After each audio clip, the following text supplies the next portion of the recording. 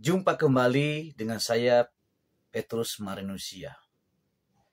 Saudara, dalam kesempatan yang baik ini, kembali saya posting sebuah pernyataan Kasat Jenderal TNI Maruli Simajuntak.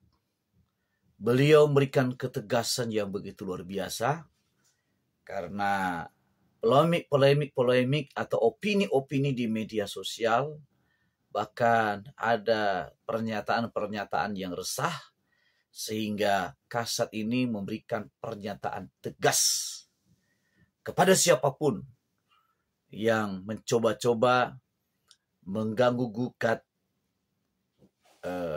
institusi yang beliau pimpin. Ya. Dan sebelum saya menayangkan video ini, mari siapkan waktu saudara untuk menyaksikan sampai tuntas supaya tidak gagal paham. Dan yang kedua, jangan lupa subscribe, like, dan komen. Kemudian share video ini supaya masyarakat Indonesia dicerdaskan. Karena pernyataan-pernyataan tokoh-tokoh kita ini selalu objektif. Dan kemudian juga masuk akal. Nah, mari kita saksikan dengan saksama. Difungsi beda dong tuh difungsi ya. Jadi gini, saya sendiri kan tidak merasakan di fungsi itu. Jadi saya lulusan 92, sudah terakhir kita nggak ngerti, masih letnan baru ngerti, taunya jadi danton aja ya. Jadi kalau menurut saya ada orang yang nyangkut ke zaman dulu lagi. Sejarah adalah kita tempat pembelajaran, tapi mari kita berpikir saat ini ke depan, baru kita belajar dari sejarah ya. Jadi kalau dibilang kita orang yang berpotensi bisa menjabat di suatu tempat, ya memang kan nanti ada seleksinya berdasarkan kemampuan. Saya dengar masih banyak bilang, apa hubungannya tentara dengan kementerian ini? Ya kami juga punya dasar pendidikan lain ya. Saya punya background S2 saya di Amerika, Community Economic Development. Saya sudah praktekkan di dunia militer ini ya kan. Sudah membuat konsep bagaimana membuka lahan, bagaimana sistem pengairan di daerah-daerah, kami sudah lakukan karena saya punya background. Teman-teman saya juga banyak yang punya background ekonomi, background hukum, background ya kan. Jadi nggak bisa ya, maaf nih kalau bilang ini Menteri Kesehatan apakah dokter? Kan nggak juga. Manajemen, leadership itu penting. Ini juga perlu dijelaskan pada teman-teman yang lain. Bukannya kita ingin membangun, kita doktrinnya adalah berbakti pada negara dan bangsa. Kita punya kemampuan, kan sayang. Teman-teman saya di tentara ini sudah tour of duty, tour of area, ngerti di ujung-ujung. Sekarang berapa persen orang yang mengerti tentang dari Sabang sampai Merauke? Kan banyaknya di tentara. Jadi kalau misalnya ada pembangunan di daerah mana, kami banyak yang lebih mengerti, kan sayang. Bukan berarti kami harus tentara itu perang terus, enggak. Apalagi doktrin tentara kita ada teritorial, kita mengertilah ya. Yang mengerjakan di daerah membantu Kementerian Kesehatan kita lakukan, sudah sampai kemarin puncaknya di COVID kan. Mengenai pertanian, teman-teman jangan lihat sendiri, kita bisa membantu mengerjakan dengan fasilitas kita. Nah pengalaman-pengalaman ini kan bisa digunakan, bukannya kita mau bikin orde baru lagi. Gue mikirnya ke situ terus ya. Sekarang orang yang berpikir seperti ini, maaf ya, jangan jadi berpikir masa lalu lah. Saat ini tantangan bagaimana ke depan, belajarlah dari masa lalu, boleh ya. Tapi yang saya bilang ini generasi sekarang ini orde baru, dia sejarah aja dia taunya ya, mau menguasai kementerian segala macam. Ini ada orang punya potensi, sayang. Itu kalau menurut pendapat saya. Tanya pendapat saya kan. Nah itu pendapat saya. Nah apalagi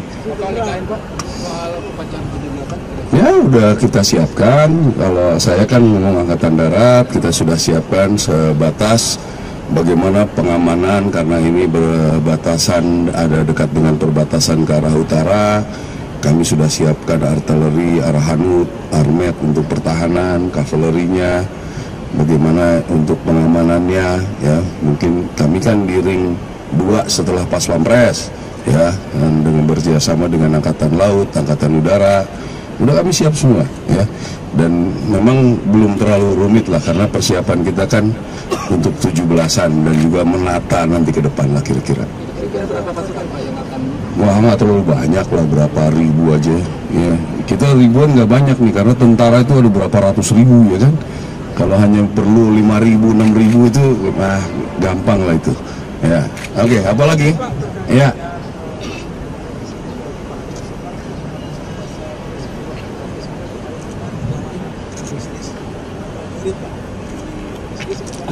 Nah, ini pendapat saya lagi nih ya. Jadi gini, kenapa kita tidak boleh bisnis karena menggunakan kekuatan? Sebenarnya sama dengan pemilihan itu. Tentara harus keluar dulu supaya jangan menggunakan kekuatannya ya. Jadi kalau kita berbisnis, kata-kata bisnis itu bagaimana? Kalau misalnya kita buka warung, ya apa berbisnis tuh? Ya kan, kalau misalnya jual beli apa misalnya motor atau apa, ya kalau dia belinya benar tidak mempergunakan itu ya. Jadi berbisnis ya bisnis. Yang nggak boleh itu saya tiba-tiba ngambil alih menggunakan kekuatan. Nah itu nggak boleh, dan itu juga saya kira dengan zaman demokrasi sekarang ini udah nggak ada lagi lah ya, mempergunakan kekuatan. Sekarang tentara takut sama media kok, takut sama TikTok ya kan. Ngeri itu, tentara udah dilatih tembak-tembakan juga sama TikTok, takut sekarang ini ya. Itu kenyataan yang terjadi ya. Jadi nggak usah lah terlalu berpikir kemana-mana. Silakan cek potensinya bagaimana ya, kualitas background pendidikannya bagaimana, kenapa bisa masuk, itu silakan dicek gitu ya. Jadi nggak ada masalah bu bisnis. Memang kalau saya mau jualan apa gitu jadi agen yang legal ya, kenapa nggak boleh? Karena batasan bisnisnya kan susah nih ya. Masa kalau misalnya sampingan kita terus jualan rokok karena memang kurang uang, kan halal, kan di luar jam kerja. Kecuali kalau media masuk harus beli rokok saya, nah itu nggak boleh tuh ya kan, gitu ya kan. Nggak usah terlalu diiniin lah, udah nggak. Kita ini kan semakin baik hukumnya ya, semakin baik semua hukumnya. Nggak bisa lagi sewenang-wenang boro-boro ini ya.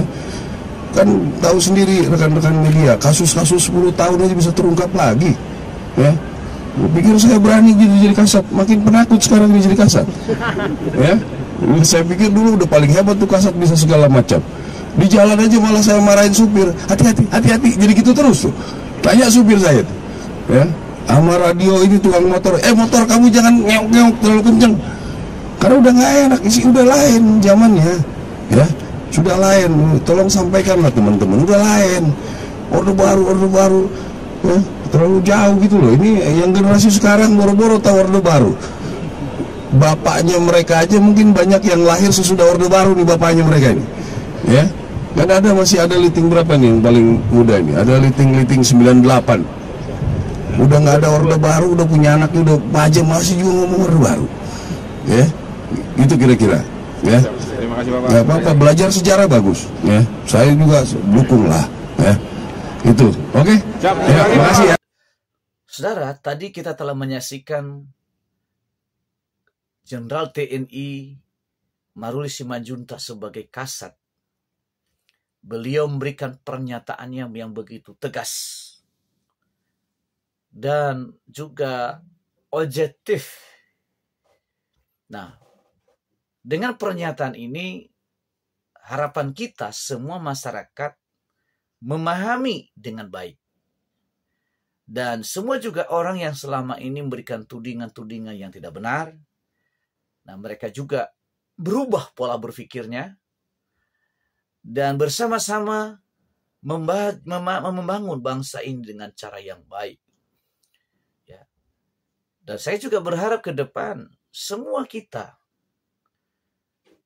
harus mendukung program pemerintah, mendukung TNI kita, karena mereka benteng daripada bangsa ini dari gangguan-gangguan negara lain. Mereka sudah mengabdi, bahkan nyawa pun mereka tidak ragu. Ya, istilahnya nyawa mereka sudah siap menjadi taruhannya untuk membela NKRI ini. Nah, saudara, perlu juga kita pertimbangkan kesejahteraan prajurit-prajurit mulai dari prajurit bawah sampai tingkat jenderal. Supaya kita tidak hanya menuntut profesionalisme, tapi juga kita harus memperhatikan kesejahteraannya. Nah, demikian tayangan saya kali ini. Sampai ketemu di tayangan saya selanjutnya. Terima kasih.